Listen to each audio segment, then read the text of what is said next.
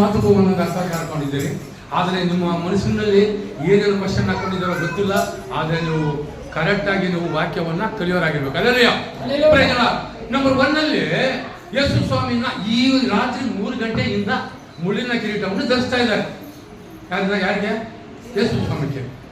ಅದೊಂದು. ಆಮೇಲೆ ಒಂದು ದೇವಸ್ಥಾನ ಪಟಾಳಮ್ಮ ಅಂದ್ಬಿಟ್ಟು ದೇವಸ್ಥಾನ ಹತ್ರ ಮಣಕಾಲು ಹೋಗಿ ನೀನು ಮಕ್ಕಳೇಬೇಕಂತ ಯೇಸು ಸ್ವಾಮಿಗೆ ನಾನಾ ರೀತಿಯಲ್ಲಿ ತೊಂದರೆಯನ್ನು ಕೊಡ್ತಾ ಇದ್ದಾರೆ. ಆ ಮುಳ್ಳಿನ ಕಿರೀಟನ್ನು ಯೇಸು ಸ್ವಾಮಿಗೆ ಯಾಕೆ ಧರಿಸಿದ್ರು? ಯೇಸು ಸ್ವಾಮಿ ನಿಜವಾದ ದೇವರಲ್ಲ, ಅಲ್ಲಿ ರಕ್ಷಿಸ್ಕೊಂಡ್ಕೊಳ್ಬಹುದು. ಯೇಸು ಸ್ವಾಮಿ ರಕ್ಷಣೆ ಮಾಡ್ಕೊಳ್ಬಹುದಲ್ಲ. ಆದ್ರೆ ಯೇಸು ಸ್ವಾಮಿಗೆ ಯಾಕೆ ಮುಳ್ಳಿನ ಕಿರೀಟವನ್ನು ರಕ್ತ ಅಲ್ಲೇ ಸುರಿತು ಅಂತ ಒಂದು ಇದು, ಅದು ನೀವು ಅರ್ಥ ಮಾಡ್ಕೋಬೇಕು. ಆಮೇಲೆ ನಂಬರ್ 2 ಎರಡನೇ ಮಾತಲ್ಲಿ ಏನು, ಈಗ ಪರದೇಶಿ ಇವಾಗ ನನ್ನ ಜೊತೆಲಿ ನೀನು ಎಲ್ಲಿರ್ತೀಯ? ಯಾಕೆ ತಕ್ಷಣ ಮುಂದ್ಕೊಂಡ? ನಾವು ಇಷ್ಟು ವರ್ಷ ನಾನು 1991 ನಾನು ಮದುವೆ ಆಗಿದ್ದು, 1900 ಬ್ಯಾಕ್ಗ್ರೌಂಡ್ ತಗೊಂಡಿದ್ದು. ಯಾಕೆ ನಾವು ಅವಾಗ ಲಕ್ಷಣ ಹೊಂದ್ಕೊಳ್ಬೇಕಾಗಿತ್ತು? ಯಾಕೆ ಹೊಂದ್ಕೊಂಡಿಲ್ಲ? ಆದರೆ ಯೆಹೋವ ದೇವರು ಏನು ಹೇಳಿದ್ದನೋ ಅದು ಯೇಸು ಸ್ವಾಮಿ ಅದನ್ನ ಫಾಲೋ ಮಾಡ್ಕೊಂಡ್ ಬರ್ತಾನೆ. ಧರ್ಮಶಾಸ್ತ್ರ ಯಾರಿಂದ ಬಂದಿದ್ದು? ಧರ್ಮಶಾಸ್ತ್ರ ಅಲ್ಲೇ ಹೇಳ್ಬೇಕು ನೀವು. ಇದೆಲ್ಲ ಒಬ್ರು ಪಾಸ್ಟರ್ ಬಂದು ಕೇಳ್ತಾರೆ ನಿಮ್ಮನ್ನು ಕ್ವಶನ್. ಇವಾಗ ದಾನವ ಪಾಸ್ಟರ್ ಕ್ವಶನ್ ಕೇಳ್ತಾರೆ, ಏನ್ ಹೇಳ್ತೀರಿ ನೀವು? ಧರ್ಮಶಾಸ್ತ್ರ ಮೋಸೆಯ ಮುಖಾಂತರವಾಗಿ ಧರ್ಮಶಾಸ್ತ್ರವನ್ನ ಅನುಸರಿಸಿಕೊಂಡು ಬಂದಿದ್ದಾರೆ ಅವರು. ಎಷ್ಟು ಹೇಳ್ತಾರೆ, ಭೂಲೋಕದಲ್ಲಿ ಬಂದ್ಮೇಲೆ 33 ವರ್ಷ ಕಾಲದಲ್ಲಿ ಅವರು ಸುವರ್ಣ ಸಾರುವಾಗ ಮೋಸೆ ಧರ್ಮಶಾಸ್ತ್ರವನ್ನು ಬಿಟ್ಟು ನಾನು ನಡೆಯೋದಿಲ್ಲ, ಮೋಸೆ ಧರ್ಮಶಾಸ್ತ್ರವನ್ನು ನಾನು ಅನುಸರಿಸಿಕೊಂಡು ಬಂದು ನಾನು ನಡ್ಕೊಂಡು ಹೋಗ್ತೀನಿ ಅಂತ ದೇವರು ಯೇಸು ಹೇಳಿದ್ದಾರೆ. ಅದು 2ನೇದರಲ್ಲಿ ಆ ಕ್ವಶನ್ ಬರ್ತಾರೆ. ಅದೇ 3ನೇ ಕ್ವಶನ್ದಲ್ಲಿ ಯಾಕೆ ತಾಯಿಯನ್ನ ಆತನಿಗೆ ಒಪ್ಪಿಸ್ತಾರೆ, ಆ ಶಿಷ್ಯನಿಗೆ ಒಪ್ಪಿಸ್ತಾರೆ? ಯಾಕೆ ಯೇಸು ಜೊತೆಯಲ್ಲಿ 12 ಮಂದಿ ಶಿಷ್ಯರಿಲ್ಲ? ಯಾಕೆ ಅವ್ರ ತಾಯಿ ಅವ್ರ ತಂದೆ ಇದ್ರು, ಯೇಸು ತಂದೆ ಮಕ್ಕಳಿದ್ರು, ಅವ್ರ ಅಣ್ಣ ತಮ್ಮದಿದ್ರು, ಯಾಕೆ ಅವ್ರಿಗೆ ಒಪ್ಪಿಸಲಿಲ್ಲ? ಅವ್ರ ಅತ್ತಂಗೆ ಹೇಳಿದ್ರು, ಯಾಕೆ ಯೇಸು ಸ್ವಾಮಿಯನ್ನ ಅವ್ರಿಗೆ ಒಪ್ಪಿಸಲಿಲ್ಲ? ಆದರೆ ಯೋಹಾನ ಬರೆದ ಸುವಾರ್ತೆಯಲ್ಲಿ ಆ ತರ ಇದೆ. ಆದರೆ ಯೋಹಾನ ಅವರ ತಾಯಿ ಮತ್ತು ಮರಿಯಳು ಅವರಿಬ್ಬರು ಒಂದು ಜಾಯಿಂಟ್ ಆಗಿ ಅವ್ರು ಒಂದು ಕಾಲದಲ್ಲಿ ಅವ್ರ ಫ್ರೆಂಡ್ಶಿಪ್ ಆಗಿದ್ರು. ಯಾರು ಆಗಿದ್ರು? ಫ್ರೆಂಡ್ಸ್ ಆಗಿದ್ರು. ಆ ಫ್ರೆಂಡ್ಸ್ ಆಗಿರುವಾಗ ಯಾಕೆ ಆತನಿಗೆ ಒಪ್ಪಿಸ್ತಾರೆ ಅಂದ್ರೆ ಈತನು ಒಳ್ಳೆ ಬುದ್ಧಿವಂತ ಮನುಷ್ಯ ಇತ್ತು. ಯಾರು? ಯೋಹಾನನು ಭೂಲೋಕಕ್ಕೆ ಬಂದಾಗ ಬೆಳಕು ಅಂತ ಇದೆ. ಭೂಲೋಕದಲ್ಲಿ ಯೋಹಾನ ಭೂಲೋಕಕ್ಕೆ ಬಂದಾಗ ಬೆಳಕು ಆತನ ಒಂಥರ ಬೆಳಗಾಗಿದ್ದಾಗ ಆ ಮನುಷ್ಯ. ಯಾರು? ಯೋಹಾನ. ಆದರೆ ಅದಕ್ಕೆ ಹಾಗೆ ಒಪ್ಪಿಸ್ತಾರೆ. ಆದರೆ ಯೇಸು ಸ್ವಾಮಿ ಆತನು ಇದ್ದ 33 ವರ್ಷಗಳ ಕಾಲದಲ್ಲಿ ಯೇಸು ಸ್ವಾಮಿ ತಂದೆಯನ್ನ ಎಲ್ಲಿ ಬೇಡ್ಕೊಂಡ್ರು? ಎಲ್ಲಿ ಬೇಡ್ಕೊಂಡ್ರು? ಗೆಸ್ಸಮ್ಮ ತೋಟದಲ್ಲಿ ತಂದೆಯನ್ನ ಅಲ್ಲಿ ಯಾಕೆ ಅವರು ತಂದೆ ಗೆಸ್ಸಮ್ಮ ತೋಟದಲ್ಲಿ ಬೇಡ್ಕೊಂಡ್ರು ಅಂದ್ರೆ ಇವರು ಶಿಷ್ಯನ ಮಧ್ಯದಲ್ಲಿದ್ರು, ಎಲ್ಲ ಇದ್ರು. ಆದರೆ ದೇವರಿಗೆ ಅಲ್ಲಿ ಕಷ್ಟ ಬಂತು. ಒಂದು ಕಷ್ಟ ತಡ್ಕೊಂಡ್ಲಾರದಷ್ಟು ಕಷ್ಟ ಬಂತು. ಆ 33 ವರ್ಷಗಳ ಕಾಲದಲ್ಲಿ ಯೇಸು ಸ್ವಾಮಿ ಎಲ್ಲಿ ಬೇಡ್ಕೊಂಡಿಲ್ಲಲ್ಲ. ಎಲ್ಲರೂ ತಂದೆಯಾದ ದೇವರಲ್ಲಿ ಬೇಡ್ಕೊಂಡ್ರ? ಇಲ್ಲ. ಯೇಸು ಸ್ವಾಮಿಗೆ ಒಂದು ತಂದೆ ಉಂಟು, ಆದರೆ ಮಕ್ಕಳಿಗೂ ಒಂದು ತಂದೆ ತಾಯಿಯನ್ನ ಉಂಟು. ಆ ತಂದೆ ತಾಯಿಗಳು ಮಕ್ಕಳು ತಂದೆ ತಾಯಿ ಹತ್ರ ಕಷ್ಟವನ್ನು ಹೇಳ್ಕೊಳ್ತಾರೆ. ಆದರೆ ಯೇಸು ಸ್ವಾಮಿಯನ್ನು ಕೂಡ ತಂದೆ ಹತ್ರ ಹೇಳ್ಕೊಳ್ತಾರೆ. ಯೇಸು ಸ್ವಾಮಿ ನಿಜವಾದ ದೇವರು, ನಮ್ಮ ತರ ರಕ್ಷಣೆ ಮಾಡಲು ಯೇಸು ಸ್ವಾಮಿ ಯಾಕೆ ತಂದೆ ಹತ್ರ ಬೇಡ್ಕೊಳ್ತಾರೆ ಅಂತ ನೀವು ಕ್ವಶನ್ ಹಾಕೊಂಬೋದಲ್ಲ. ಇವಾಗ ಯೇಸು ಸ್ವಾಮಿ ನಿಜವಾದ ದೇವರು ಭೂಲೋಕದಲ್ಲಿ ತಂದೆ ಮಗ ಪರಿಶುದ್ಧಾತ್ಮ, ತಂದೆ ಮಗ ಪರಿಶುದ್ಧಾತ್ಮ. ತಂದೆಯಾದ ದೇವರು, ಮಗ ಅಂದ್ರೆ ಯೇಸು ಸ್ವಾಮಿ, ಪರಿಶುದ್ಧಾತ್ಮ ಯೇಸು ಸ್ವಾಮಿಯಿಂದ ಪರಿಶುದ್ಧ ಆತ್ಮ. ಅದು ತಂದೆಯ ಮಗ ಪರಿಶುದ್ಧಾತ್ಮ ಅಂತ ನಾವು ಅರ್ಥ ಮಾಡ್ಕೊಬೇಕು. ಇವಾಗ ಯೇಸು ಸ್ವಾಮಿ ಆ ತೋಟದಲ್ಲಿ ಅವರು ಪ್ರಾರ್ಥನೆ ಮಾಡಿದ್ರು, ದೇವರೇ ನನಗೆ ಕಷ್ಟ ಬಂದಿದೆ, ಅದನ್ನ ನೀವು ಸಂಶಯ ಕೊಡ್ಬೇಕು ಅಂದ್ಬಿಟ್ಟು ಇನ್ನು ಸುಲಭವಾಗಿ ಪ್ರಾರ್ಥನೆ ಮಾಡ್ಕೊಂಡು ಹೊರಗಡೆ ಬಂದಾಗ ಇವರು ಚೆನ್ನಾಗಿ ತಿಂದ್ಬಿಟ್ಟು ಏನ್ ಮಾಡ್ತಾರೆ? ನಿದ್ದೆ ಹೋಗ್ತಾರೆ. ಆದರೆ ನಾನು ಎಷ್ಟು ವರ್ಷಗಳು ನಿಮ್ಮ ಜೊತೆಲಿದ್ದೀನಿ, ಆದರೆ ಈ ಕ್ಷಣದಲ್ಲಾದ್ರೂ ಒಂದು ಅರ್ಧ ಗಂಟೆ ನನಗೋಸ್ಕರವಾಗಿ ನೀವು ಪ್ರಾರ್ಥನೆ ಮಾಡಬಾರ್ದಾ ಅಂತ ಯೇಸು ಸ್ವಾಮಿ ಯಾರನ್ನ ಕೇಳ್ಕೊಂತಾರೆ? ಶಿಷ್ಯನ ಕೇಳ್ಕೊಂತಾರೆ. ಯೇಸು ಸ್ವಾಮಿ ಆವಾಗಲೂ ಕೂಡ ಶಿಷ್ಯನ ನೀವು ನನಗೋಸ್ಕರವಾಗಿ ಪ್ರಾರ್ಥನೆ ಮಾಡಬಾರ್ದಾ ಅಂತ ಕೇಳ್ಕೊತಾರೆ. ಆದರೆ ಇವ್ರು ಚೆನ್ನಾಗಿ ನಿದ್ದೆ ಹೋಗಿದ್ದಾರೆ. ಅವಾಗ ತಕ್ಷಣ ಏನ್ ಮಾಡ್ತಾರೆ? ಯೇಸು ಸ್ವಾಮಿನ ಹಿಡಿದು ಬಿಡ್ತಾರೆ. ಹಿಡ್ಕೊಂಡು ಬರ್ತಾರೆ. ಆಮೇಲೆ ಒಂದೇ ಮಾತಲ್ಲಿ ಅದು ಹಿಡ್ಕೊಂಡು ಹೋಗೋದು, ಆಮೇಲೆ ಇಷ್ಟು ಕಿಲೋಮೀಟರ್ ಹೋಗೋದು ಅಂತ ಎಲ್ಲ ಒಂದನೇ ಮಾತಲ್ಲಿ ತಿಳಿಸಿದ್ದಾರೆ. ಆಮೇಲೆ 2ನೇ ಮಾತಲ್ಲಿ ಯೇಸು ಸ್ವಾಮಿ ಏನ್ ಮಾಡ್ತಾರೆ ತಿಳಿಸಿದ್ದಾರೆ. ಅದೇ 3ನೇ ಮಾತಲ್ಲಿ ಯೇಸು ಸ್ವಾಮಿ ಏನ್ ಮಾಡ್ತಾರೆ ತಿಳಿಸಿದ್ದಾರೆ. ಆದ್ರೆ ಇದು 4ನೇ ಮಾತು. ಇದು ಏನಂತ? ಇದು 4ನೇ ಮಾತು ದೇವರು ಉತ್ತಮ ರೀತಿಯಲ್ಲಿ ನಾನು ಕೊಟ್ಟಿದ್ದಾನೆ. ಆದರೆ ಈ ಸಮಯದಲ್ಲಿ ಎಲ್ಲರ ಕಣ್ಣಿನ ಮುಂಚೆ ನಾವು ಈ ಸಮಯದಲ್ಲಿ ನಾವು ಪ್ರಾರ್ಥನೆ ಮಾಡಿಕೊಂಡು 4ನೇ ಮಾತನ್ನು ಮಾತನಾಡಬೇಕಾದ್ರೆ, ಅಲ್ಲೆಲ್ಲೂಯ್ಯ, ಪ್ರಯೋಜನ.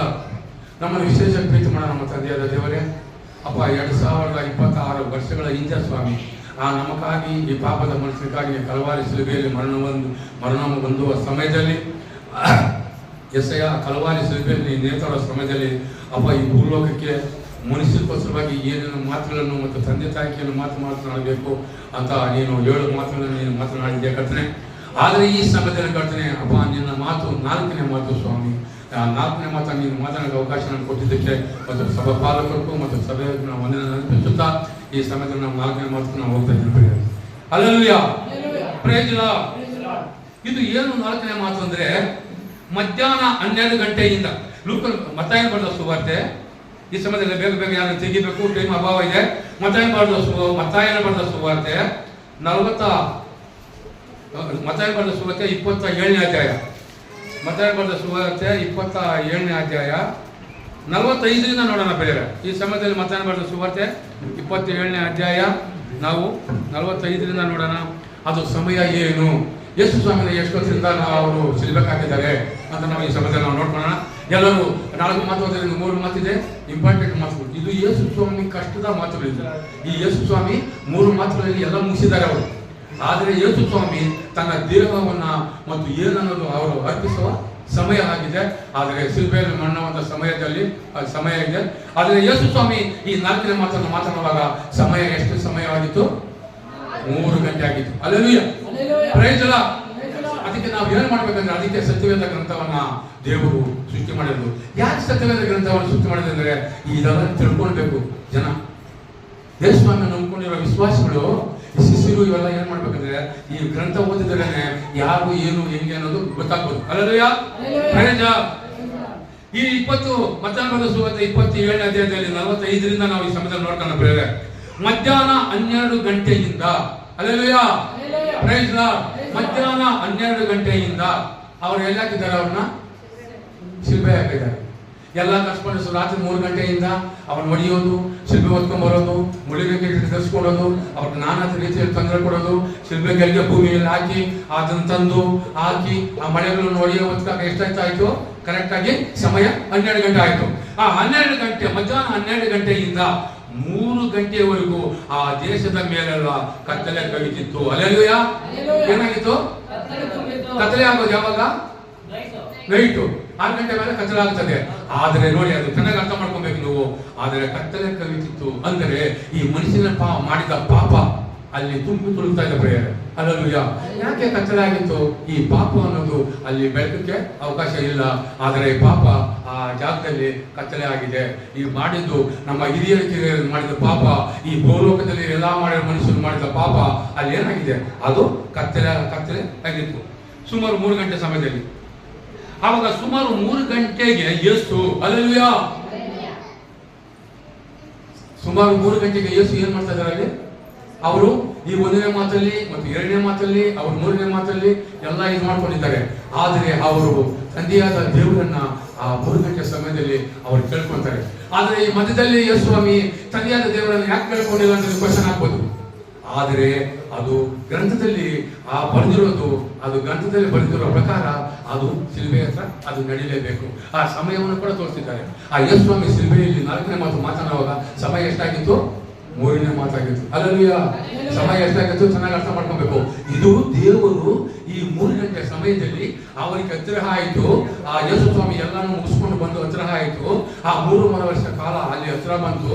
ಆ 3 ವರ್ಷ ಕಾಲ 33 ವರ್ಷದ ಕಾಲ ಅವರು 3 ಗಂಟೆ ಸಮಯಕ್ಕೆ ಹತ್ತಿರ ಬಂದಿರುವಾಗ ಅವರು ಎಲ್ಲರೂ ತಂದೆಯಾದ ದೇವರು ಭೂಲೋಕಕ್ಕೆ ಆ ಮನುಷ್ಯನನ್ನ ಹಳೆ ಒಡಂಬಡಿಕೆಯಲ್ಲಿ ಇದೆ ಅದು ಮಗನನ್ನ ಇಂಥ ಈ ಭೂಲೋಕದಲ್ಲಿ ರಕ್ಷಕನು ಹುಟ್ಟುತ್ತಾನೆ, ಇಂತಹ ರಕ್ಷಣೆ ಕಡೆಯಿಂದ ಅದ್ಭುತ ಕಾರ್ಯಗಳು ನಡೀತದೆ ಅಂದುಬಿಟ್ಟು ಆ ದೇವರು ಆ 3 ಗಂಟೆ ಸಮಯಕ್ಕೆ ಕರೆಕ್ಟ್ ಆಗಿ ಏನಾಗಿದೆ ಅಂದ್ರೆ ಆ 3 ಗಂಟೆ ಸಮಯದಲ್ಲಿ ಆ ಯೇಸು ಸ್ವಾಮಿಗೆ 33 ವರ್ಷಗಳ ಕಾಲ ಆಗುತ್ತಾ ಇದೆ. Hallelujah, praise the Lord. ಆ 33 ವರ್ಷಗಳ ಕಾಲದಲ್ಲಿ ದೇವರಿಗೆ ಯೇಸು ಸ್ವಾಮಿ ತಂದೆಯಾದ ದೇವರಿಗೆ ಇದೆಲ್ಲ ಒಪ್ಪಿಸಬೇಕು.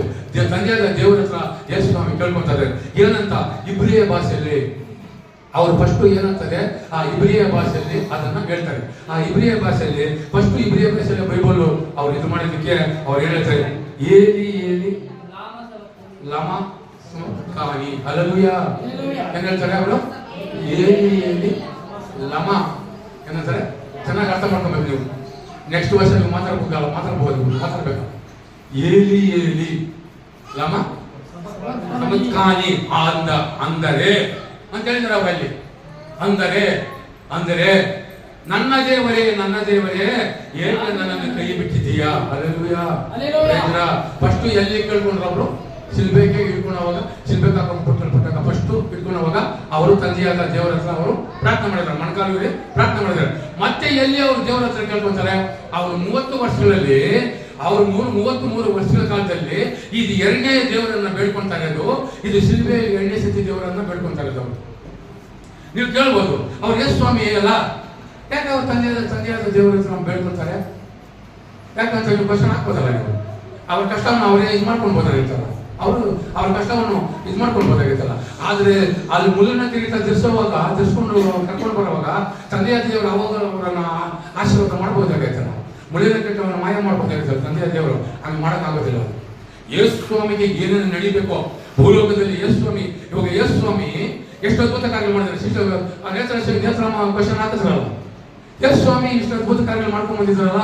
5,000 ಮಂದಿ ಊಟ ಕೊಟ್ಟಿದ್ದಾರೆ, ಕಿವಿ ಕೊಟ್ಟಿದ್ದಾರೆ, ಕಣ್ಣು ಕೊಟ್ಟಿದ್ದಾರೆ, ಇಷ್ಟು ಅದ್ಭುತ ಕಾರ್ಯಗಳು ಮಾಡ್ಕೊಂಡು ಬಂದಿದ್ದಾರೆ. ಯಾಕೆ ಯೇಸು ಸ್ವಾಮಿ ಸಿಗ್ಬೇಕಾಗ್ತಾರೆ ಅಂತ ಕ್ವಶನ್ ಹಾಕಿದ್ರಲ್ಲ. ನೀವೆಲ್ಲ ಅರ್ಥ ಮಾಡ್ಕೊಂಡಿದ್ದೀರಾ? ಇಲ್ಲ, ಏನೋ ಮಾಡ್ಕೊಂಡಿದ್ದೀರ, ಏನೋ ಹಾಡು ಹೇಳ್ತೀರಿ, ಕೇಳ್ತೀರಿ, ಹೋಗ್ತೀರಿ, ಅವೆಲ್ಲ ಅರ್ಥ ಮಾಡ್ಕೊಂಡು. ಈ 7 ಮಾತು ಯಾಕೆ ಅವ್ರು ಮಾತಾಡ್ತಾ ಇದ್ದಾರೆ ಶಿಲ್ಬೆಯಲ್ಲಿ? ಅವ್ರ ಸಾಯ ಮೂಮೆಂಟ್ ಯಾಕೆ ಮಾತಾಡ್ತಾರೆ? ಇದೆಲ್ಲ ನಮ್ಗಾಗಿ ಮಾತಾಡ್ತಾರೆ ಅವರು. ಮನುಷ್ಯರಿಗಾಗಿ ಕ್ಷಮಿಸಲ್ಪಟ್ಟು ಅಂತ ಹೇಳಿದ್ರು. ಕಳ್ಳರು ಮಾಡಿದ ಅದ್ಭುತ ಕಾರ್ಯಗಳು. ಕಳ್ಳರು ಏನು ಮಾಡಿದ್ರು? ಯೇಸು ಸ್ವಾಮಿ ನೋಡಿದಾರಲ್ಲ ಕಣ್ಣಲ್ಲಿ. ಅವರು ಮಾಡಿದ ಪಾಪಗಳು, ಹೆಣ್ಣು ಮಕ್ಕಳನ್ನ ಕೆಡಿಸಿದ್ದು, ಅವರು ಎಲ್ಲ ಮಾಡಿದವರು ಇಬ್ಬರು ಕಳ್ಳರು ಯೇಸು ಸ್ವಾಮಿ ನೋಡಿದ್ರಲ್ಲ. ಅವನು ಯಾಕೆ?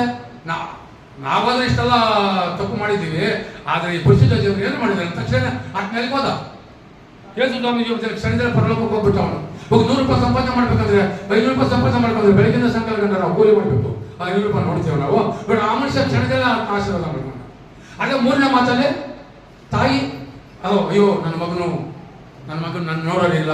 ತಂದೆ ತಾಯಿ ಮಕ್ಕಳು ನೋಡಿದ್ರೆ ಅಯ್ಯೋ ಏನ್ ಮಾಡೋದು ಅಂತ ಆಯಮ್ಮ ಕಣ್ಣೀರ್ತಾರೆ. ಅದೇ ಯೇಸು ಸ್ವಾಮಿ ಶಿಲ್ಬೆಯಲ್ಲಿ ಕಣ್ಣೀರಿಡ್ತಾರೆ. ಶಿಲ್ಬೆಯಲ್ಲಿ ಆಯಮ್ಮನು ಕೆಳಗೆ ಕಣ್ಣೀರುವಾಗ ಯೇಸು ಸ್ವಾಮಿ ನೋಡ್ತಾ ಇದ್ದಾರೆ. ಆಯಮ್ಮ ನೋಡಿಬಿಟ್ಟು ಆದರೆ ಯೌವನನ ಕರೆದು ಆ ತಾಯಿಗೆ ಒಪ್ಪಿಸ್ತಾರೆ. ಆಯಮ್ಮ ಲಾಸ್ಟ್ವರೆಗೂ ಇದುವರೆಗೂ ಅಲ್ಲೇ ಇರ್ತಾರೆ. ಹಲ್ಲೆಲೂಯಾ. Praise god. ಯಾಕೆ ಯೇಸು ಸ್ವಾಮಿ ಇಷ್ಟೆಲ್ಲಾನು ಮಾಡ್ಕೊಂಡು ಮನುಷ್ಯಕ್ಕೋಸ್ಕರ ಎಲ್ಲ ಮಾಡ್ಕೊಂಡ್ಬಂದು ಆತನು ದೇವರ ಹತ್ರ ಆತ್ಮ ಕಳ್ಕೊಬೇಕು. ಹಲ್ಲೆಲೂಯಾ. Praise god. ಆತನ ಕಷ್ಟವನ್ನು ಯಾರು ಕಳ್ಕೊಬೇಕು? ದೇವರ ಹತ್ರ ಕಳ್ಕೊಬೇಕು. ನನ್ನ ದೇವರೇ ಏಕೆ ನನ್ನನ್ನು ಕೈ ಬಿಟ್ಟಿದೀಯಾ ಎಂದು ಜೋರಾಗಿ ಮಹಾಧ್ವನಿಯಿಂದ ಕೂಗಿದನು. ಹಲ್ಲೆಲೂಯಾ. Praise God. ಮಹಾಧ್ವನಿಯಿಂದ ಆತನ ಕಷ್ಟವನ್ನು ಆತನು ಕೇಳಿದ್ರು. ಯಾಕಂದ್ರೆ ಆತನು ತಂದೆಯ ಮಾತನ್ನ ಆತನು ಮೇಲಿಲ್ಲ. ಬೇರೆ ತಂದೆ ಹೇಳಿದ್ದು ಎಲ್ಲ ನೆರವೇರಿಸಿಕೊಂಡು ಶಿಲುಬೆಗೆ ಬಂದಿದ್ದವರು. ಒಂದು ಕೆಲಸವನ್ನು ಬಿಟ್ಟಿಲ್ಲ ಆತನು. ಯೇಸು ಭೂಲೋಕದಲ್ಲಿ ಒಂದು ಕೆಲಸವನ್ನು ಬಿಟ್ಟಿಲ್ಲ, ಎಲ್ಲ ನೆರವೇರಿಸ್ಕೊಂಡು ಬಂದ್ರು ಅವರು. ಯಾರು? ಯೇಸು ಸ್ವಾಮಿ. ಆತ ನೆರವೇರಿಸ್ಕೊಂಡು ಬಂದು ಶಿಲುಬೆಯಲ್ಲಿ ನನ್ನ ದೇವರೇ ಯಾಕೆ ಅನ್ನ ಕೈ ಬಿಟ್ಟಿದೆಯಾ ಅಂದ್ಬಿಟ್ಟು ಅವರು ಇವಾಗ ಯೇಸು ಸ್ವಾಮಿ ಎಲ್ಲಿದ್ದಾರೆ ಹೇಳಿ? ತಂದೆಯಾದ ದೇವರ ಕಡೆ ಇದ್ದಾರೆ ಅವರು.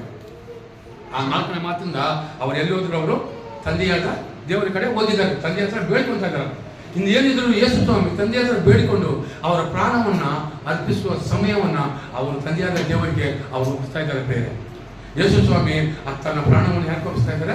ತನ್ನ ತಂದೆಯಾದ ದೇವರಿಗೆ ಆತನ ಪ್ರಾಣವನ್ನ ಒಪ್ಪಿಸುವ ಸಮಯ ಇದು. ಯಾವುದು? ಇದು 4ನೇ ಮಾತು. ನನ್ನ ದೇವರೇ ಏಕೆ ನನ್ನನ್ನು ಕೈ ಬಿಟ್ಟಿದ್ದೀಯಾ ಅಂತ ದೇವರು. ಇವಾಗ ನಾವು ಏನೇನು ಕಷ್ಟ ಬಂದಾಗ ದೇವರು ಯಾಕೆ ಈ ಥರ ನಾನು ತೊಂದರೆ ಕೊಟ್ಟಿದ್ದಾನೆ, ಯಾಕೆ ಇದು ಮಾಡಿದ್ದಾನೆ, ಅದಕ್ಕೆಲ್ಲ ಒಂದು ಅರ್ಥ ಇದೆ. ನನ್ನ ಪ್ರೀತಿಯ ಸೋದರ ಅದೆಲ್ಲ ನಾವು ಯೋಚನೆ ಮಾಡಬೇಕು. ನಾವು ದೇವರನ್ನ ದೂಷಣೆ ಮಾಡೋ ಅದೆಲ್ಲ. ಇವಾಗ ಇಷ್ಟು ಅದ್ಭುತ ಕಾರ್ಯಗಳು ಮಾಡ್ಕೊಂಡು ಬಂದ್ಬಿಟ್ಟು ಯೇಸು ಸ್ವಾಮಿ ತಂದೆಯಾದ ದೇವರನ್ನ ದೂಷಣೆ ಮಾಡ್ಬೋದಾಗಿತ್ತಲ್ಲ. ಹೀಗೆಲ್ಲ ಮಾಡೋಕ್ಕಾಗಲ್ಲ. ತಂದೆ ಮಗ ಪರಿಶುದ್ಧಾತ್ಮ. ಮಗನನ್ನು ಯಾರು ಕಳಿಸಿದ್ದು? ತಂದೆಯಾದ ದೇವರು ಮಗನನ್ನು ಕಳಿಸೋದು. ಭೂಲೋಕಕ್ಕೆ ತಂದೆಯಾದ ದೇವರು ಮಗನನ್ನು ಕಳಿಸ್ಕೊಟ್ಟಿದ್ದು. ಏನು ಹಿಂಗೆಲ್ಲ ನೀವು ಮುಗಿಸಬೇಕು, ಇಂಥ ಕಾರ್ಯಗಳನ್ನು ಮುಗಿಸಬೇಕು, ಒಬ್ಬ ರಕ್ಷಕನ ಮುಗಿಸ್ತಾನೆ, ಈ ಭೂಲೋಕದಲ್ಲಿ ಎಲ್ಲ ಪಾಪ ಪರಿಹಾರ ಆಗ್ತದೆ ಅಂದ್ಬಿಟ್ಟು ತಂದೆಯಾದ ದೇವರು ಒಬ್ಬ ತಂದೆ ಮಗನನ್ನ ತಂದೆ ಮಗ ಪರಿಶುದ್ಧಾತ್ಮ ಅಂತ ಇದೆ. ಆ ಮಗನ ಮೂಲಕದಲ್ಲಿ ಕಲಿಸಿಟ್ಟು ಇದಕ್ಕೊಂದು ರೆಫರೆನ್ಸ್ ನಾವು ನೋಡ್ಕೊಳ್ಳೋಣ ಈ ಸಮಯದಲ್ಲಿ. ದಾವೀದ ಬರೆದ ಕೀರ್ತನೆಗಳು ಚಕ್ ಅಂತ ಬೇಕು ಅನ್ಬೇಕು. 1-2 ರೆಫರೆನ್ಸ್ ಕೊಟ್ಟು ನಾನು ಮುಗಿಸಿದ ಬೇರೆ. ದಾವೀದ ಬರೆದ ಕೀರ್ತನೆಗಳು 22ನೇ ಅಧ್ಯಾಯ. ಬೇಗ ಓದಬೇಕು. 22ನೇ ಅಧ್ಯಾಯ 1ನೇ ವಚನ. ದಾವೀದ ಬರೆದ ಕೀರ್ತನೆಗಳು 22ನೇ. ನನ್ನ ದೇವರೇ ನನ್ನ ದೇವರೇ, ನನ್ನ ದೇವರೇ ನನ್ನ ದೇವರೇ, ಯಾಕೆ ನಮ್ಮನ್ನು ಕೈ ಬಿಟ್ಟಿದ್ದೆ, ಯಾಕೆ ನನ್ನನ್ನು ಕೈ ಬಿಟ್ಟಿದ್ದೆ. ಅದು ಯಾವುದು ಕೀರ್ತನೆಗಳು? ದಾವೀದ ಬರೆದ ಕೀರ್ತನೆಗಳು. ಅದು ದಾವೀದ ಬರೆದ ಕೀರ್ತನೆಗಳು ಹಳೆ ಒಡಂಬಡಿಕೆ ತಾನೇ ಅದು. ಇದು ಯೇಸು ಸ್ವಾಮಿ ಈ ಗ್ರಂಥದಲ್ಲಿ 2 ಧರ್ಮಶಾಸ್ತ್ರಗಳಿದ್ದಾವೆ. ಅದೆಲ್ಲ ಅರ್ಥ ಮಾಡ್ಕೊಬೇಕು ನಾವು. ಮೋಸೆಯ ಧರ್ಮಶಾಸ್ತ್ರ, ಯೇಸು ಸ್ವಾಮಿ ಧರ್ಮಶಾಸ್ತ್ರ. ಯೆಹೋವ ಕಾಲದಲ್ಲಿ ಮೋಸೆಯ ಧರ್ಮಶಾಸ್ತ್ರ. ಮೋಸೆಯ ಭೂಲೋಕಕ್ಕೆ ಬಂದ ಮೇಲೆ ಮೋಸೆಯ ಸುವಾರ್ತೆ ಸಾರುವಾಗ, ಮೋಸೆಯ ದೇವರ ಕಡೆ ಬಂದಾಗ ಧರ್ಮಶಾಸ್ತ್ರ, ಮೋಸೆಯ ಧರ್ಮಶಾಸ್ತ್ರ ಮತ್ತು ಯೇಸು ಸ್ವಾಮಿ ಧರ್ಮಶಾಸ್ತ್ರ ಈ ಸತ್ಯವೇದ ಗ್ರಂಥದಲ್ಲಿ ಇದೆ. ಅದನ್ನು ಏನು ಮಾಡ್ಕೊಳ್ಬೇಕು? ಈ 2 ಧರ್ಮಶಾಸ್ತ್ರವನ್ನು ಅನುಸರಿಸಿಕೊಂಡು ಯೇಸು ಸ್ವಾಮಿ ಭೂಲೋಕದಲ್ಲಿ 33 ವರ್ಷಗಳ ಕಾಲ ಜೀವಿಸಿದ್ದು. ನನ್ನ ದೇವರೇ ನನ್ನ ದೇವರೇ, ಯಾಕೆ ನನ್ನನ್ನು ಕೈ ಬಿಟ್ಟಿದ್ದೆ. ದೇವರು ನೋಡಿ, ಅಲ್ಲಿ ದಾವೀದ ಬರೆದ ಕೀರ್ತನದಲ್ಲಿ ಅಲ್ಲಿ ಕೂಡ ಇದೆ, ನನ್ನ ದೇವರೇ ನನ್ನ ದೇವರೇ, ಯಾಕೆ ನನ್ನ ಕೈ ಬಿಟ್ಟಿದ್ದೀಯಾ, ನೀನು ಯಾಕೆ ನನ್ನ ಸಹಾಯ ಮಾಡಿದೆಯೋ, ನನ್ನ ಕೂಗನ್ನು ಕೇಳಿದೆಯೋ, ದೂರವಾಗಿದ್ದೀಯಾ. ಹಲ್ಲೆಲೂಯಾ. ಮಾತು ದೇವರ ವಾಕ್ಯ ಇದ್ದಾರೆ, ನನ್ನ ದೇವರೇ ನನ್ನ ದೇವರೇ, ನನ್ನ ದೇವರೇ ನನ್ನ ದೇವರೇ, ಯಾಕೆ ನನ್ನನ್ನು ನೀನು ಕೈ ಬಿಟ್ಟಿದ್ದೀಯಾ.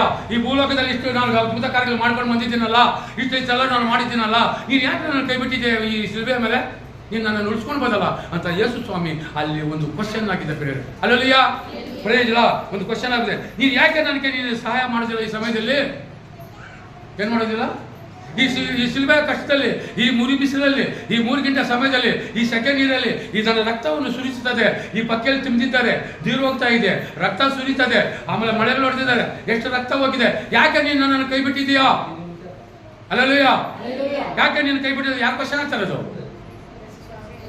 ದೇವರು, ತಂದೆಯಾದ ದೇವರನ್ನ ದೇವರು ಕೇಳ್ತಾ ಇದ್ದಾರೆ, ಸಹಾಯ ಮಾಡಿದೆಯೋ, ನನ್ನ ಕೂಗನ್ನು ಕೇಳಿದೀಯಾ, ನಾನು ಮಹಾತ್ವನಿಂದ ನಾನು ಕೂಗ್ತಾ ಇದ್ದೀನಿ, ನೀನು ಕೇಳಿದೀಯಾ ಅಂತ. ಯೇಸು ಸ್ವಾಮಿ ಶಿಲುಬೆಯಲ್ಲಿ ಕೂಗನ್ನು ಕೇಳಿದೀಯಾ, ದೂರವಾಗಿದ್ದೆ, ನೀನು ಕೇಳ್ತಾ ಇದ್ದೀಯಾ, ಯಾಕೆ ನೀನು ದೂರ ಆಗಿದೆ ಅಂದ್ಬಿಟ್ಟು ಅಲ್ಲಿ ಇದಾಗಿದೆ.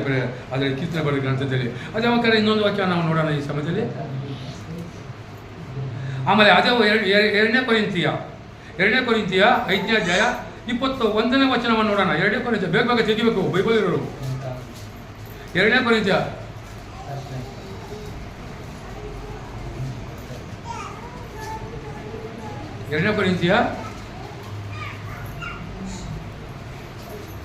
5ನೇ ಅಧ್ಯಾಯ 21ನೇ ವಚನ, ಬೇಗ ತೆಗಿಬೇಕು. ಕ್ರಿಸ್ತನ ಹೆಸರಿನಲ್ಲಿ ನಿಮ್ಮನ್ನು ಬೇಡಿಕೊಳ್ಳುತ್ತೇನೆ. Hallelujah, praise the Lord. ಕ್ರಿಸ್ತನ ಹೆಸರಿನಲ್ಲಿ ದೇವರು ಏನು ಹೇಳ್ತಾ ಇದ್ದಾನೆ? ಕ್ರಿಸ್ತನ ಹೆಸರಿನಲ್ಲಿ ನಿಮ್ಮನ್ನು ಬೇಡಿಕೊಳ್ಳುತ್ತೇನೆ. ಇವೆಲ್ಲ ಎಲ್ಲಿ ನಡೀತಾ ಇರೋದು? ಶಿಲುಬೆಯ ಮೇಲೆ. ಹಲ್ಲೆಲೂಯಾ, ಅರ್ಥ ಮಾಡ್ಕೊಬೇಕು ಚೆನ್ನಾಗಿ. ಈ ಶಿಲುಬೆ ಮೇಲೆ 7 ಮಾತುಗಳು ಮಹಾಪರಿಶುದ್ಧವಾದ ಮಾತುಗಳು. ಈ 7 ಮಾತು ಮಾತನಾಡ್ತಿದ್ರೆ ಯೇಸು ಸ್ವಾಮಿ ಈ ಭೂಲೋಕದಲ್ಲಿ ಹುಟ್ಟಿ ಅವರು ಶಿಲುಬೆಯಲ್ಲಿ ಸತ್ತು ಅದೇನು ಪ್ರಯೋಜನವಿಲ್ಲ.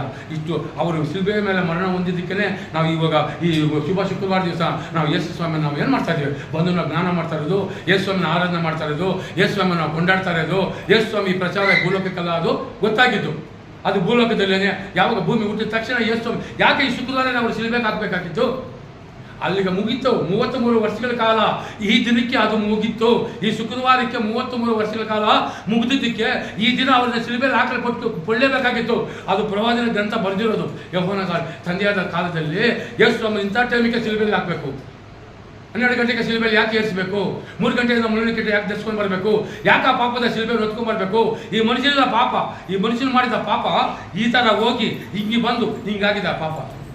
ಆ ಪಾಪದ ಮೇಲೆ ಆ ಪಾಪ ಹೊರಗಡೆ ಹೋಗಲಿ ಅಂದ್ಬಿಟ್ಟು ಯೇಸು ಸ್ವಾಮಿ ಕೈಗಳನ್ನು ಇಟ್ಟು ಆ ಕಡೆ ಇಟ್ಟು ಮಳೆಗಳನ್ನು ನೋಡಿತಾ ಇರೋದು. ಅಲ್ಲವಯ್ಯ, ಆ ಮಳೆ ಹೊಡೆದ ತಕ್ಷಣ ಈ ಭೂಲೋಕದಲ್ಲಿ ಆ ಪಾಪ ಹೊರಗಡೆ ಹೋಯ್ತಂತ ಲೆಕ್ಕ. ಅವ್ರು ಪರಿಶುದ್ಧ ರಕ್ತವನ್ನು ಸುರಿಸಿದ್ದು ಭೂಮಿ ಮೇಲೆ ಈ ಪಾಪದ ಮನುಷ್ಯನಕ್ಕೋಸ್ಕರವಾಗಿಯೇ. ನಾವು ಮಾಡಿದ ಪಾಪ ಎಷ್ಟು ಮಾಡಿದ್ವಿ ಗೊತ್ತಾ? ನಾವು ಅವ್ರೆಲ್ಲ ಹೊತ್ಕೊಂಡ್ರು, ಅವರು ಶಿಲುಬೆ ಮೇಲೆ ಹೊತ್ಕೊಂಡ್ರು. ಶಿಲುಬೆ ಮೇಲೆ ಹೊತ್ಕೊಂಡ್ರು. ಆ ಪಾಪ ಅಷ್ಟಿದೆ ನೋಡ್ಕೊಂಡು.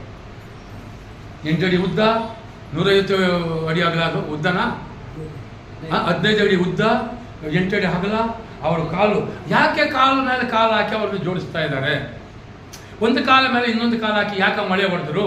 ಅಗಲವಾಗಿ ಮಾಡಿದ್ರಲ್ಲ. ಇಲ್ಲ, ಆ ಪಾಪ ಅಲ್ಲಿದೆ, ಹಿಂಗೇ ಇದೆ ಪಾಪ. ಆ ಪಾಪ ಯಾಕೆ ಆ ಪಾಪ ಶಿಲುಬೆ ಮೇಲೆ 2 ಕಾಲು ಇಟ್ಟು ಹೊಡೆದ್ರಂದ್ರೆ ಯೇಸು ಸ್ವಾಮಿ ಆ ಪಾಪಗಳನ್ನ ಆ ಶಿಲುಬೆ ಮೇಲೆ ತುಳಿತಾ ಇರೋದು. ಅದು ಎರಡು ಕಾಲಲ್ಲಿ ಈ ಮನುಷ್ಯನ ಮಾಡಿದ ಪಾಪ, ಆ ಪಾಪದ ಮೇಲೆ ಈ ಮಳೆಗಳನ್ನು ಹೊಡಿತಾರಲ್ಲ, ಅದು ಯೇಸು ಸ್ವಾಮಿ ತುಳಿತಾ ಇರೋದು ಪಾಪ. ಯಾವಾಗ ಅವ್ರು ಯೇಸು ಸ್ವಾಮಿ ಎರಡು ಕಾಲ ಮೇಲೆ ಕಾಲು ಹಾಕಿ ತುಳಿತಾರೋ, ಜೋರಾಗಿ ತುಳಿಯೋದು, ಈ ಯಾವುದನ್ನ ಒಂದು ನಾವು ಜೋರಾಗಿ ತುಳಿಯೋದಿಲ್ವಾ ಗಟ್ಟಿಯಾಗಿ, ಹಂಗೆ ಯೇಸು ಸ್ವಾಮಿ ಆ ಪಾಪವನ್ನು ತುಳಿತಾ ಇದ್ದಾರೆ. ಹಲ್ಲೆಲೂಯಾ.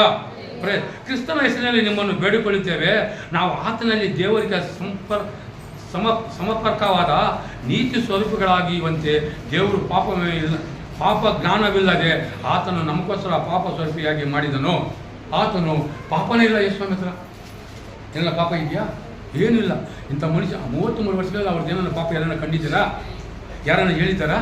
ಅವರು ಮೋಸ ಮಾಡಿದ್ರು. ಅವರು ಪಿಲಾತನು ಹೇಳ್ತಾನೆ, ಪಿಲಾತನು ಈತನಲ್ಲಿ ಇರೋ ಪಾಪಗಳು, ಈತನಲ್ಲಿ ಏನಾರು ಇದ್ದರೂ ನನ್ನ ಮೇಲೆ ಬರಬಾರ್ದು, ಇದರಲ್ಲಿ ಏನಿಲ್ಲ, ನಾನು ಕೈಯನ್ನು ತೊಳ್ಕೊತಾ ಇದ್ದೀನಿ. 2 ಕೈ ಆತನ ನೀರಲ್ಲಿ ಏನು ಮಾಡ್ತಾನೆ, ತೊಳ್ಕೊಂಡು ಹೋಗ್ಬಿಡ್ತಾನೆ, ನೀವೇನೇನ ಮಾಡ್ಕೊಳ್ಳಿ ಅಂತ. ಆತನ ಒಪ್ಪಲೇ ಇಲ್ಲ. ಯೇಸು ಸ್ವಾಮಿ ಸಿಲ್ಬೇಕು ಹಾಕ್ಬೇಕಂತ ಓ ಅಂತ ಹೊರಗಡೆ ಕೂಗ್ತಾ ಇರ್ತಾರೆ, ಇನ್ನೊಬ್ರು ಹೊರಗಡೆ ಸಿಲ್ಬೇಕು ಹಾಕ್ಬಾರ್ದಂತ ಇರ್ತಾರೆ. ಆದರೆ ಪಿಲಾತನು ಏನು ಹೇಳ್ತಾರೆ, ಆತನ ಇದು ಸರ್ಕಾರ ಗೌರ್ಮೆಂಟ್ ಆತನು ಪಿಲಾತನು ಇಂಥವನಿಗಿಂತ ಶಿಕ್ಷೆ ಕೊಡ್ಬೇಕಂತ ಇವ್ರು ಕೇಳೋವಾಗ ಆತರ ಪಿಲಾತನು ಚಕ್ ಅಂದ್ಬಿಟ್ಟು ಅಂತ ಹೇಳ್ಬಿಡ್ಬೋದ, ಹಿಂಗೆ ಬರ್ಬಿಡ್ಬೋದ, ಹಾಕ್ಬಿಡ್ರಿ ಇದ್ನು. ಆತನ ಮೂಲಕದಲ್ಲಿ ಏನು ಮಾಡಿದ್ದಾನೆ ತಪ್ಪು, ಪಿಲಾತನು ಒಪ್ಕೊಂಡಿದ್ದಕ್ಕೆ ಪಿಲಾತನು ದೇವರಲ್ಲಿ ಕೇಳ್ಕೊತಾ ಇದ್ದಾನೆ. ಇದ್ನ ಮೂಲಕದಲ್ಲಿ ಏನೋ ಮೋಸ ಮಾಡಿದ್ರೆ ತಾನೆ. ಎಲ್ಲ ಅದ್ಭುತ ಕಾರ್ಯಗಳು ಯೇಸು ಸ್ವಾಮಿ ಮಾಡ್ಕೊಂಬಂದ್ರು. 30 ವರ್ಷಗಳು ತಂದೆ ತಾಯಿ ಜೊತೆಲಿ ಇದ್ದರು. ತಂದೆ ತಾಯಿ ಯಾವ ಥರ ಪೋಷಣೆ ಮಾಡ್ಕೊಂಡ್ಬಿಟ್ಟು ಈ ಭೂಲೋಕದ ಪಾಪದ ಮನುಷ್ಯನ ತೋರಿಸ್ಕೊಟ್ಟಿದ್ದು ಯಾರು? ಯೇಸು ಸ್ವಾಮಿ. ತಂದೆ ತಾಯಿ ಯಾವ ಥರ ಪೋಷಣೆ ಮಾಡಬೇಕು, ನಿಮ್ಮ ತಂದೆ ತಾಯಿ ಯಾವ ಥರ ಗೌರವಿಸಬೇಕು, ನಿಮ್ಮ ತಂದೆ ತಾಯಿಗೆ ಆಹಾರ ಕೊಡಬೇಕು, ನಿಮ್ಮ ತಂದೆ ತಾಯಿ ಹೆಂಗೆ ನೀವು ಸನ್ಮಾನಿಸಬೇಕು ಅಂದ್ಬಿಟ್ಟು ಯಾರು ತೋರಿಸ್ಕೊಟ್ಟಿದ್ದೀವಿ ಭೂಲೋಕದಲ್ಲಿ? ತಂದೆಯಾದ ಯೇಸು, ನಿಜವಾದ ಯೇಸು ಸ್ವಾಮಿಯೇ ನಮ್ಮ ಕೆಲ ತೋರಿಸ್ಕೊಟ್ಟಿದ್ರು. ಅದೇ ಪ್ರಕಾರ ನಡಿಬೇಕು. ನಿನ್ನ ತಂದೆ ತಾಯಿ ನೀನು ಸನ್ಮಾನಿಸ್ತಿದ್ರೆ ನೀನು ನನ್ನ ಸಭೆಗೆ ಬಂದು ನೀನು ಏನು ಮಾಡ್ತೀಯಾ? ಅಲ್ಲಲ್ವೇ? ನಿನ್ನ ತಂದೆ ತಾಯಿ ನೀನು ಸನ್ಮಾನಿಸ್ತಿದ್ರೆ ನನ್ನ ಸಭೆಗೆ ಬಂದು ನೀನು ಏನು ಮಾಡ್ತೀಯಾ ಅಂದ್ಬಿಟ್ಟು ನಮ್ಮ ಕ್ವಶನ್ ಹಾಕಿದ್ದಾರೆ ದೇವರು. ನಿನ್ನ ತಂದೆ ತಾಯಿ ನೀನು ಸನ್ಮಾನಿಸಿದ್ರೆ ನನ್ನ ಆಲೆಗೆ ಬರಬೇಡ ನೀನು ಅಂತ ಹೇಳಿದ್ದಾರೆ ದೇವ್ರು. ಗೊತ್ತಾ? ವಾಕ್ಯಗಳು ಓದಿದ್ದೀರಾ? ನೀನು ಫಸ್ಟ್ ನಿನ್ನ ತಂದೆ ತಾಯಿನ ಸನ್ಮಾನಿಸ್ಬಿಟ್ಟು ನನ್ನನ್ನು ನೀನು ಪೂಜೆ ಮಾಡಬೇಕು, ನನ್ನ ಮೇಲೆ ಕೈ ಎತ್ತಬೇಕು ಅಂತ ದೇವರು ಹೇಳಿದ್ದಾರೆ. ಅದಕ್ಕೆ ತಂದೆ ತಾಯಿನ ಸನ್ಮಾನಿಸೋದಕ್ಕೆ ದೇವರು ನಮಗೆ ಒಂದು ಆಜ್ಞೆಯನ್ನು ಕೊಟ್ಟಿದ್ದಾನೆ ಪ್ರೇರೆ. ಹಲ್ಲೆಲೂಯಾ. Praise the Lord. ಇಬ್ರಿಗೆ ಬರೆದ ಪತ್ರಿಕೆ 5ನೇ ಅಧ್ಯಾಯ 7ನೇ ವಚನ. ಬೇಗ ತೆಗಿಬೇಕು. ಯಾರು ಓದೋದಿಲ್ಲಲ್ಲಮ್ಮ. ಇಬ್ರಿಯ ಏನು ಮಾಡ್ತೀರಿ ನೀವು? ಏನು ಬೈಬಲ್ ಓದ್ತೀರಿ ಮನೆಗಳಲ್ಲಿ? ಏನು ವಾಕ್ಯ ಕೇಳ್ತೀರಿ ಸಭೆಯಲ್ಲಿ? ಇಬ್ರಿಯ ಓದಮ್ಮ ತಿಂಗಳಲ್ಲಿ ಏನು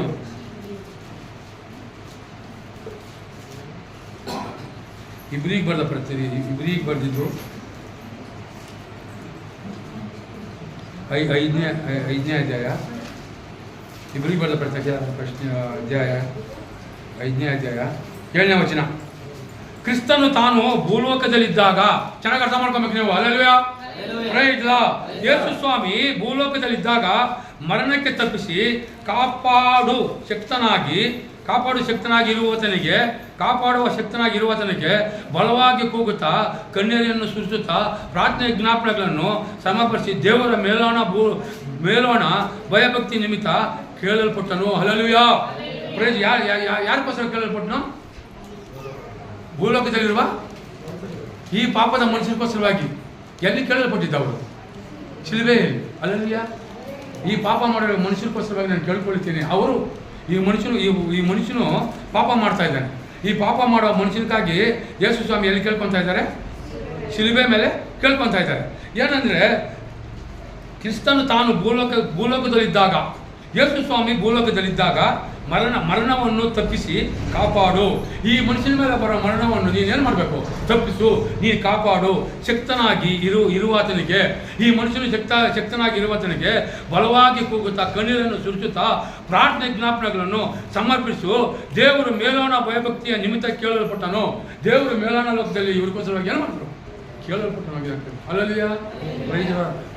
ನಾವು ಮಾಡಿದ ಪಾಪಗಳು, ನಾವು ತಿನ್ನೋದು ಚೆನ್ನಾಗಿ ತಿನ್ನಬೇಕು, ನಾವು ಚೆನ್ನಾಗಿ ಮಜಾ ಮಾಡಬೇಕು, ನಾವು ಏನು ಬೇಕೋ ಮಾಡಬೇಕು. ಈ ಭೂಲೋಕದಲ್ಲಿ ನಾವು ಚೆನ್ನಾಗಿ ಮಜಾ ಮಾಡ್ಕೊಂಡು ಹೋಗ್ತಾ ಇದ್ದರೆ ದೇವರನ್ನು ನಾವು ನೋಡೋದಿಲ್ಲ.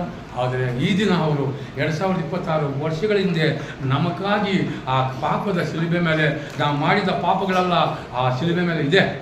ಒಬ್ಬೊಬ್ರದ್ದಿದೆ. ಎಷ್ಟು ಪಾಪ ಇದೆಯೋ ಅದು ಲೆಕ್ಕಕ್ಕಾಗುತ್ತಾ? ನಾನು ನೀನು ಮಾಡಿದ ಪಾಪಗಳು ಎಲ್ಲಿ ತೇಲಾಡ್ತಾ ಇದೆ ಆ ಶಿಲುಬೆ ಮೇಲೆ. ಅವ್ರು ಹೊತ್ಕೊಂಡು ತನ್ನ ಮಳೆಗಳನ್ನು ಹೊಯ್ಸ್ಕೊತಾ ಇದ್ದಾರೆ. ಹಲ್ಲೆಲೂಯಾ. ಅಂದ್ಬಿಟ್ಟು ನನ್ನ ದೇವರೇ ಯಾಕೆ ನನ್ನನ್ನು ನೀನು ಕೈ ಬಿಟ್ಟಿದ್ದೀಯಾ ಅಂದ್ಬಿಟ್ಟು ಮತ್ತಾಯನ ಬರೆದ ಸುವಾರ್ತೆ 27ನೇ ಅಧ್ಯಾಯ 46ನೇ ವಚನ ಈ ಥರ ಬರೆಯಲ್ಪಟ್ಟಿದ್ದ ಪ್ರೇರೆ. ಹಲ್ಲೆಲೂಯಾ. ರೋಮ ಸಾಮ್ರಾಜ್ಯದ್ದು ರೋಮ 5ನೇ ಅಧ್ಯಾಯ 6ನೇ ವಚನ. ರೋಮಪುರದ ಪತ್ರಿಕೆ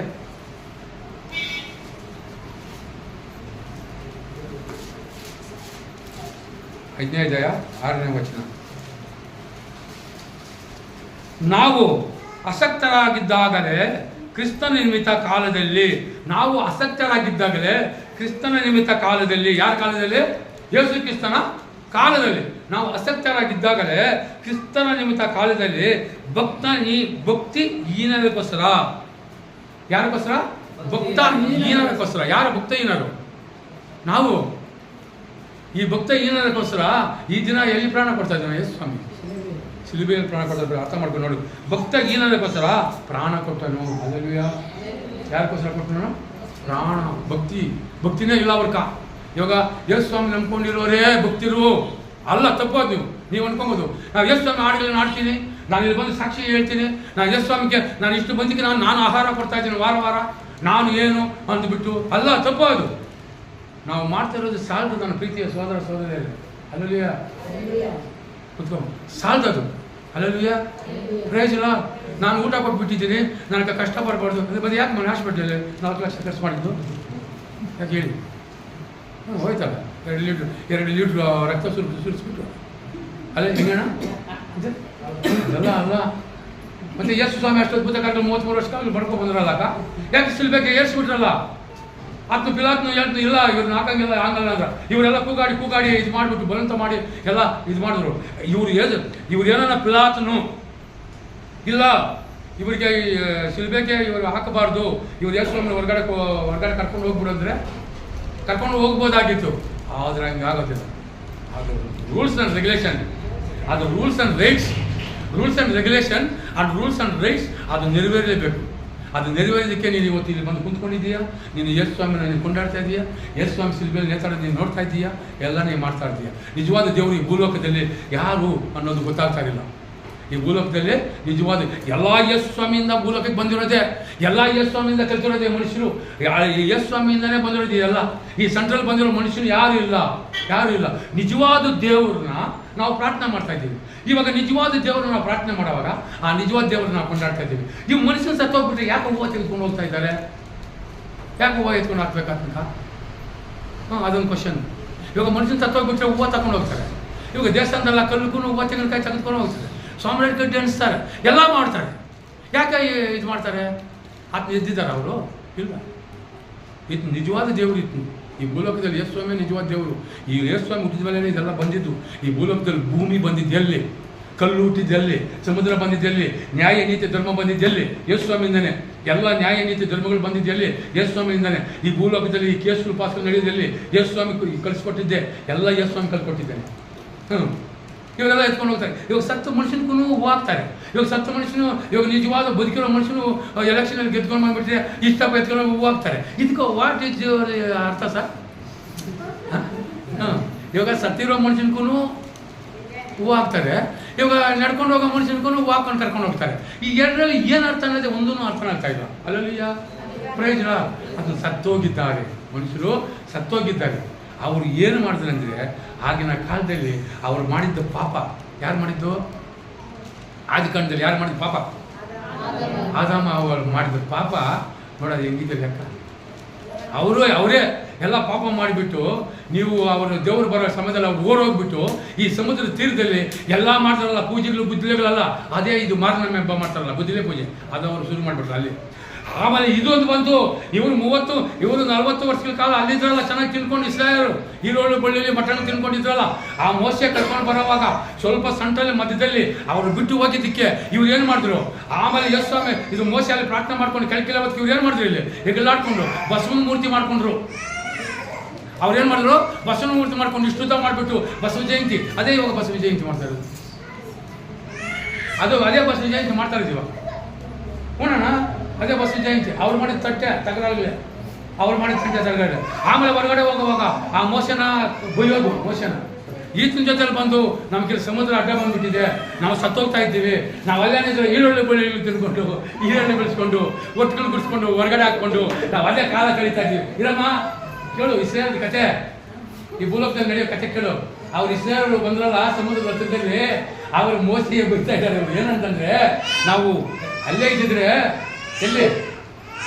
ಎಲ್ಲಿದ್ರೆ ಐಗುಪ್ತ ದೇಶದಲ್ಲಿ ನಾವು ಇದ್ದಿದ್ರೆ ಈರುಳ್ಳಿ ಬೆಳ್ಳುಳ್ಳಿ ಬಿಡಿಸ್ಕೊಂಡು ಈರುಳ್ಳಿ ಕೊಯ್ಕೊಂಡು ಚಾಕು ತೆಗೆದುಕೊಂಡು ಮಟನ್ ತಿನ್ಕೊಂಡು ಆ ಹೊಟ್ಟೆತ್ಕೊಂಡು ಮರದಲ್ಲಿ ಹೊರಗಡೆ ಇವಾಗ ಸೆಲ್ತೀವಲ್ಲ ಹಂಗೆ ಸೆಲ್ಕೊಂಡು ನಾವು ಕಾಲ ಕಲಿತಾ ಇದ್ದೀವಿ. ಆದರೆ ಈತನ ಜೊತೆಯಲ್ಲಿ ಬಂದು ಈ ಕಡೆ ಪರವನ ಸೈನ್ಯ ಹಿಂದೆ ಬರುತ್ತೆ, ಈ ಕಡೆ ಕೆಂಪು ಸಮುದ್ರ ಮುಂದೆ ಇದೆ, ಈ ಮಧ್ಯದಲ್ಲಿ ನಾವು ತಗೊಂಡೋಗ್ಬಿಟ್ಟು ಮೋಸ ಏನು ಮಾಡ್ತಾನೆ, ಸಾಯಿಸ್ತಾನೆ ಅಂತ. ಅವಾಗ ಅದ್ಭುತ ಕಾರ್ಯಗಳು ನಡೆದಿಲ್ವಾ?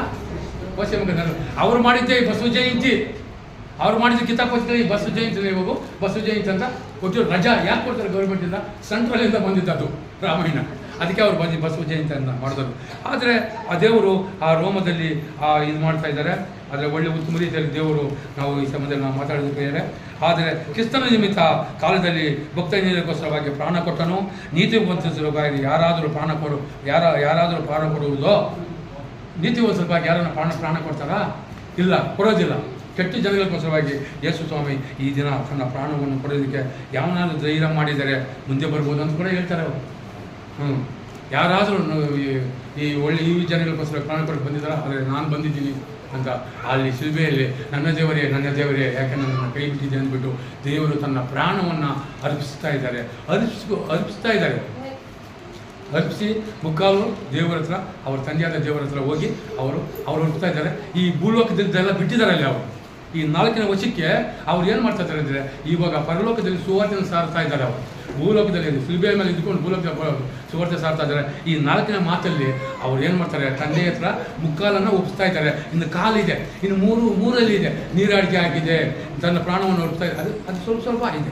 ಆದರೆ ಇಷ್ಟಿದೆಯಲ್ಲ, ಇದು ಈ 3 ಮಾತುಗಳಿದ್ದಾವಲ್ಲ, ಈ 3 ಮಾತುಗಳು ಭಯಂಕರವಾದ ಮಾತುಗಳು.